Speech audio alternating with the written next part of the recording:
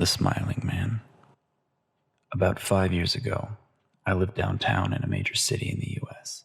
I've always been a night person, so I'd often find myself bored after my roommate, who was decidedly not a night person, went to sleep. To pass the time, I used to go for long walks and spend some time thinking.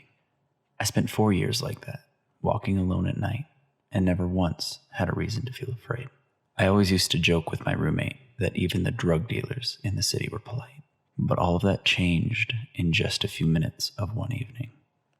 It was a Wednesday, somewhere between 1 and 2 in the morning, and I was walking near a police-patrolled park, quite a ways from my apartment.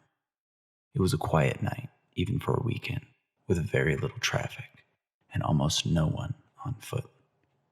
The park, as it was most nights, was completely empty.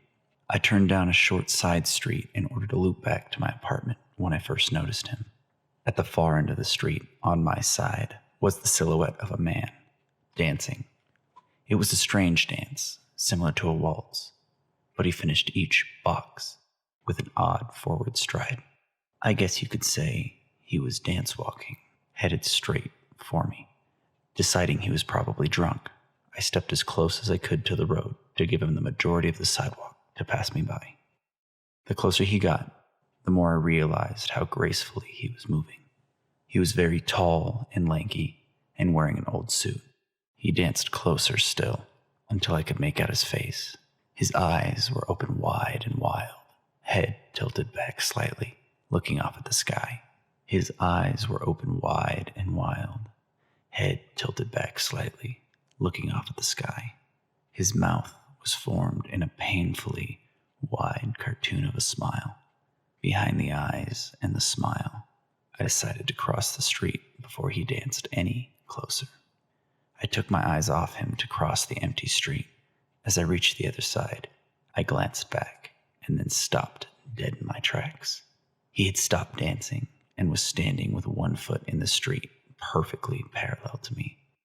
He was facing me, but still looking skyward, smile still wide on his lips. I was completely and utterly unnerved by this. I started walking again, but kept my eyes on the man. He didn't move. Once I had put about half a block between us, I turned away from him for a moment to watch the sidewalk in front of me. The street and sidewalk ahead of me were completely empty. Still unnerved, I looked back to where he had been standing to find him gone. For the briefest of moments, I felt relieved, until I noticed him. He had crossed the street and was now slightly crouched down. I couldn't tell for sure due to the distance and the shadows, but I was certain he was facing me. I had looked away from him for no more than 10 seconds, so it was clear that he had moved fast. I was so shocked that I stood there for some time, staring at him. And then he started moving toward me again. He took giant, exaggerated tiptoed steps, as if he were a cartoon character sneaking up on someone, except he was moving very, very quickly. I'd like to say at this point I ran away, or pulled out my pepper spray or my cell phone, or anything at all, but I didn't. I just stood there, completely frozen, as the smiling man crept toward me. He then stopped again, about a car length away from me, still smiling his smile, still looking to the sky. When I finally found my voice, I blurted out the first thing that came to mind. What I meant to ask was, "What do you want?" in an angry, commanding tone. What came out was a whimper.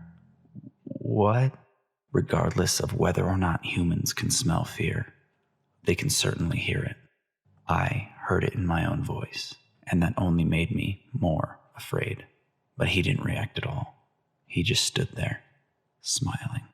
And then, after what felt like forever, he turned around, very slowly, and started dance walking away, just like that. Not wanting to turn my back to him again, I just watched him go, until he was far enough away to almost be out of sight. And then I realized something. He wasn't moving away anymore, nor was he dancing. I watched in horror as the distant shape of him grew larger and larger. He was coming back my way, and this time he was running. I ran too. I ran until I was off of the side road and back onto a better lit road with sparse traffic. Looking behind me then, he was nowhere to be found. The rest of the way home, I kept glancing over my shoulder, always expecting to see his stupid smile. But he was never there. I lived in that city for 6 months after that night, and I never went out for another walk. There was something about his face that always haunted me. He didn't look drunk.